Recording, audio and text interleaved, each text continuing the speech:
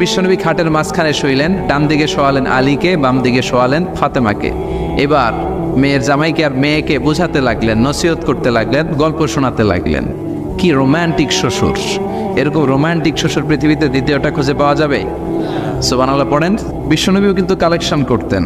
বিশ্বনবী ঈদের নামাজের পরে মহিলাদেরকে বললেন, তাসাদ্দাকনা, মদিনার মহিলারা তোমরা বেশি বেশি দান খরচ করো, কারণ মেরাজের রাতে আমি দেখেছি পুরুষদের চেয়ে তোমরা নারীরা বেশি জাহান্নামী।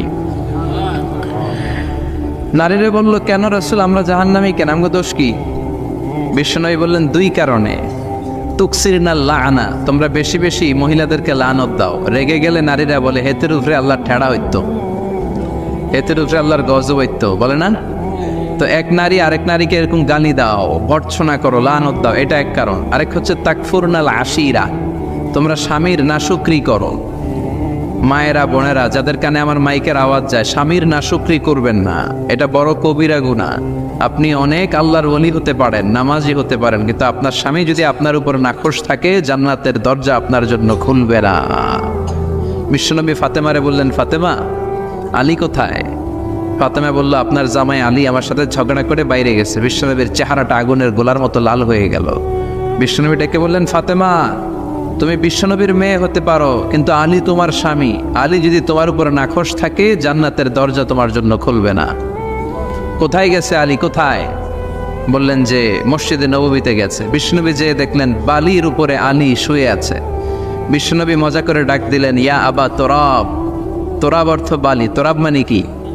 বিশ্বনবী ডাক দিলেন, ইয়া আবা তোরাব, মানে হে বালির বাবা আলী, ওঠো। এখন আলী ওঠে না, রাগ করে আসছে। বিশ্বনবী এদিক দিয়ে তাকায়, আলী ওইদিকে তাকায়। বিশ্বনবী ওদিকে আসলে আলী এদিকে তাকায়, মনে মনে করে এতক্ষণ আপনার মাইয়া গুতাইছে, এখন আপনি গুতাইতেছেন। বিশ্বনবী যাই বললো, আলী রাগ করো না, ওঠো, তুমি আমার চাচাতো ভাই, আমার ঘরেই তো তুমি মানুষ হয়েছ। ঘাপটি মেরে হাতটা ধরে টান দিলেন। সাইয়েদনা আলী উঠতে বাধ্য হলেন। বিশ্বনবী কারো হাত ধরে টান দিলে ওই লোক বসে থাকতে পারে? উঠে গেলেন, ঘরে নিয়ে আসলেন। নিয়ে এসে বিশ্বনবী খাটের মাঝখানে শুইলেন, ডান দিকে শোয়ালেন আলীকে, বাম দিকে শোয়ালেন ফাতেমাকে। এবার মেয়ের জামাইকে আর মেয়েকে বোঝাতে লাগলেন, নসিহত করতে লাগলেন, গল্প শোনাতে লাগলেন। কি রোমান্টিক শ্বশুর!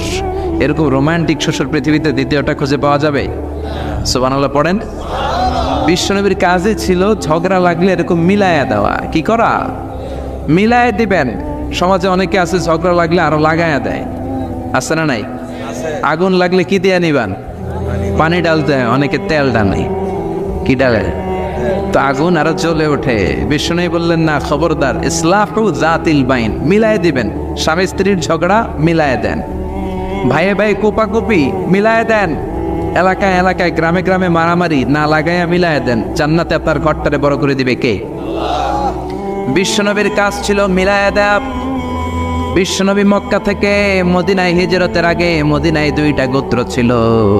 এই গোত্রের মধ্যে 120 বছর ধরে মারামারি। কয় বছর? তুমি কেউ এই মারামারিটা বন্ধ করতে পারে না। গোত্র দুইটার নাম হচ্ছে আউস আর খাজরাজ।